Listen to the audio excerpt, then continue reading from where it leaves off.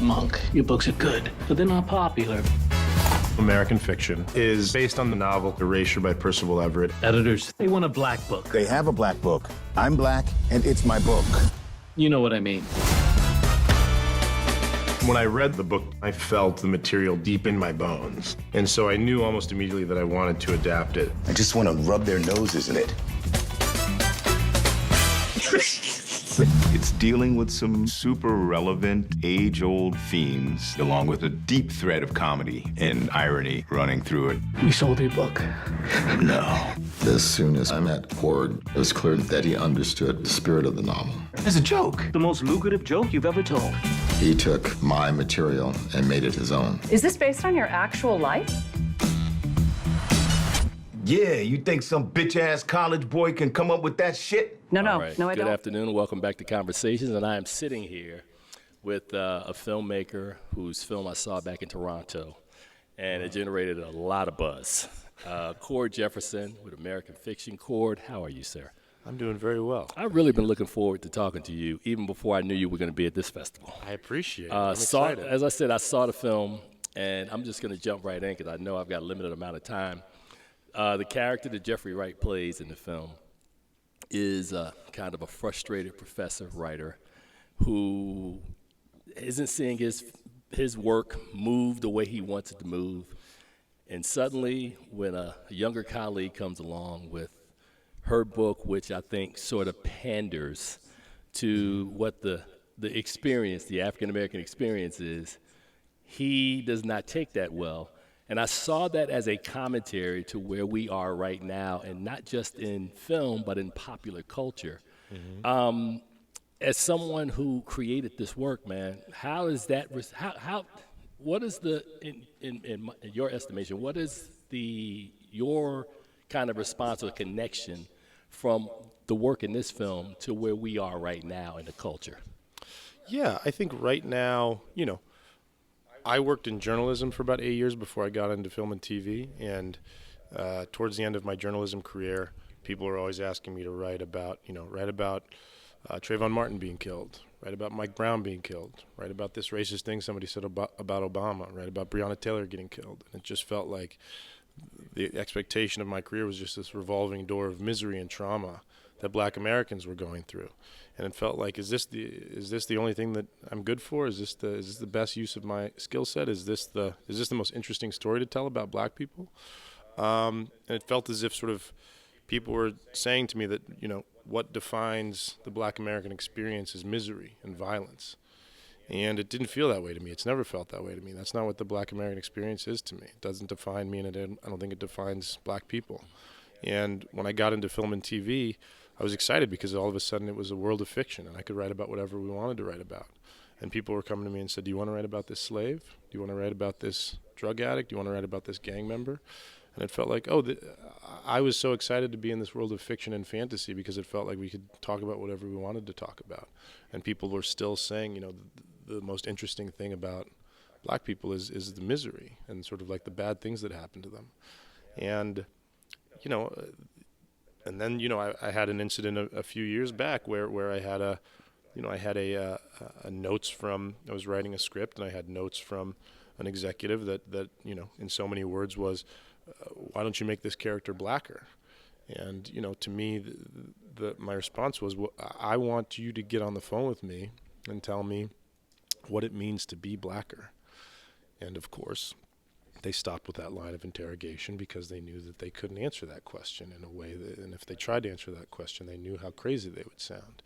And so these issues, unfortunately, are very, very much relevant and present today as a creative. And I think that, it's not just for Black people. It's, I have Mexican friends who say, why does every piece of pop culture set in Mexico need to be about drug cartels, right, or about some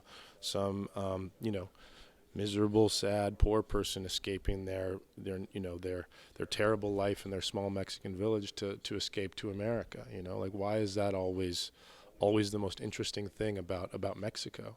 And it just got to a point when it starts to, it's frustrating as a creative, of course. It's frustrating as an audience member, but it's also more than that. It's painful, and I think the reason it's painful is because it suggests that it suggests that our lives are no more interesting than that. It suggests our lives are not as broad and deep and complex and nuanced as everybody else's lives. It suggests that the most interesting thing and what defines us is our ability to withstand punishment.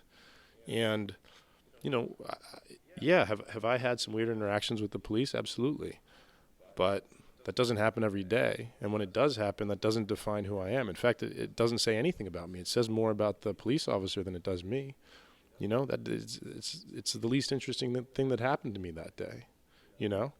And I think that it's much more interesting to turn the camera on the person who's harassing me than it is me, you know, because that more defines them than it defines me. And so I just got to a point as somebody who was working in the industry and also just watching this stuff that I just thought, like, I can't really do this. You know, it's painful. It starts to get to a point when it's just it makes you feel less than all the time, because it's like this is you're saying that this is the most interesting thing about me, you know? So, Cord, to follow up on where you're going with that, I was thinking as you're going through your answer that I know that film is almost 130 years old, if we're talking about 1895 to now. And when you look at these sorts of stories that are being told, like how you satirize it in your film, and to follow on what you were just saying, it seems that there's an appetite for that side of what they call black life, right? Mm-hmm. So the reason why I theorize that they continue to make these movies is because, A, it makes the dominant culture feel better, but those films also make money. How do you feel about the audience responses to that work? And it kind of tied into my feelings when I watched the film at the last festival, that the reactions were a little interesting from audience members who I thought may have responded to areas of the film in ways that made me a little uncomfortable when I watched it. Yeah, so I will say, I think there's a lot in that question. I would say that firstly, I think that, you know, I think the reasons that these films make money is because some of them are very good. I think that I like 12 Years a Slave. I liked Boys in the Hood. Like these, I liked Menace to Society. There's a clip from New Jack City in the film. I like New Jack City. I watched New Jack City all the time when I was younger. I like these movies, and I think particularly in a country as ours, in which you have people actively trying to erase the history of slavery and the history of racism from the school books and teach and say that sort of like this is critical race theory and we need to get it out of our schools, and they're trying to banish books from children's libraries. These movies are important. It is important. There are people who are ignoring these realities, and so I'm happy that they exist. And so I think that the reason some of them are successful is because of that. And I think that also the reason that some of them are successful, particularly in the black community, is because black people want to see themselves on a big screen. Black people want to see themselves represented in culture. And so we go to see these movies because we want to see these tremendous black actors in these great stories do good work, and it's nice to see yourself represented. That being said, so I'm not trying to say that those kinds of films shouldn't exist. I'm trying to say what I think is a more interesting question is, why are these the only quote-unquote prestige movies that get made? Why are these movies made to the omission of every other kind of story that we can tell about black people? You know? Why is it always, when there's a quote-unquote prestige film, why is it about slaves or drug addicts or civil rights activists who are having crosses burned on their lawn? Right. You know, why is that the most interesting thing when it comes to these quote-unquote prestige movies? Why is that always the story that you want to tell? Why is that the most significant part of us to you? And so to me, that is a more interesting question. It's not like, you know, these movies, why are these movies made? It's like, why are these the only movies being made, you know? And so there's that. And then you know, as far as you know, what people are laughing at in the film, I will say that, you know, I laugh when I'm nervous. That was always a problem with my parents, is that whenever they would be scolding me, I would start laughing, which is probably the most irritating. I don't have children myself, but that's probably the most irritating thing in the world. Yeah. when you're trying to dress down your child and they're laughing in your face. And so I laugh sometimes when I'm nervous. I laugh sometimes when I'm uncomfortable. Yeah, I laugh sometimes when things are funny, but I also laugh for a variety of different reasons. And so for me, when I'm in a theater and somebody laughs at something that I don't think is funny, I don't automatically assume that they're laughing because they're finding something funny. I think that they might be laughing for a variety of reasons, right? I think that also laughter sometimes is contagious, and so sometimes people laugh because people around them are laughing, especially in a big theater. So to me, the thing that I like about the film is that people can walk away with differing perspectives on what they've just seen. I think that I never wanted, I've written op-ed columns where I sort of like tell people, this is my opinion and this is why I think maybe this should be your opinion. I've done that in the past, and I think that there's room for that and space for that kind of work. This is a movie, though, that I didn't want to do that with. I didn't want this to be didactic or sort of like spoon-feed anybody a lesson. I wanted to present a series of scenes and characters and viewpoints, and then allow people to take away what they want to take away. And so to me, I've had people ask me, like, what do you want people to take from this film? And the thing that I keep saying is that I want people to take away, the only thing that I want from this film, to me, the sort of like dream, is for people to see this in a big theater that's packed and sort of like you're surrounded by strangers and friends and family and whomever. And then when you leave, you turn to whoever you saw the movie with and say, like, do you want to go get lunch or do you want to go get dinner and talk about what we've just seen? Because I sort of like want to digest what I just saw. And that to me is my favorite stuff, is stuff that doesn't tell me how to think or what to believe, but just sort of presents a series of scenes and says, like, hey, take from this what you want to take from this. And that to me is my favorite kind of art. And so that's what I want. I want people to I made this movie to feel like Big Tent. I want every kind of person to see this movie, because I think that, we are so polarized these days, and we're so atomized, and we're sort of like so all in our separate corners, sort of like talking to our certain groups of people, and people are afraid to say the wrong thing, and they're afraid to talk to other people, and they're afraid to believe the wrong thing, and everybody's so nervous. And I just think that, if we continue down that path, nothing is going to be solved. We can't solve anything if we're just all in our own corners talking amongst ourselves. And so for me, this is a movie that I want. I want Fox News viewers to come watch this movie. I want every kind of person to come watch this movie, and take away something that they might not have known before. And I think that sometimes it takes a spoonful of sugar to help the medicine go down. I really believe in that. And so I think that sometimes the best way to sort of enlighten people is to make them laugh and sort of like make them have fun and sort of invite them in and say, you know what, here's something that you might not normally see. Because I think that, I think that one of the things that I understand that these are serious issues.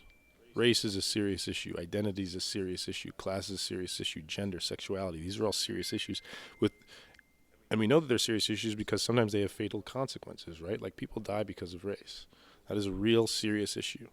That being said, I don't think that we need to be self-serious about these issues all the time when they're discussing them. I think that we've reached a point when people are so afraid to offend other people that they think that sort of like the only way we can discuss these things is like in very sort of like morose, serious terms.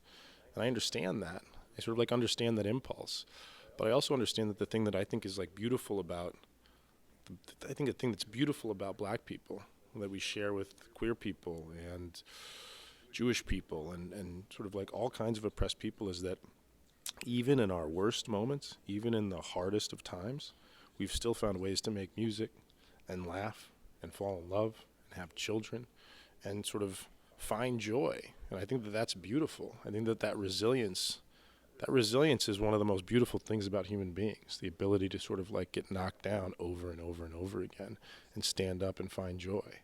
And so to me, it does a disservice actually to sort of like our ancestors and sort of like people who really struggle. It's a disservice to them to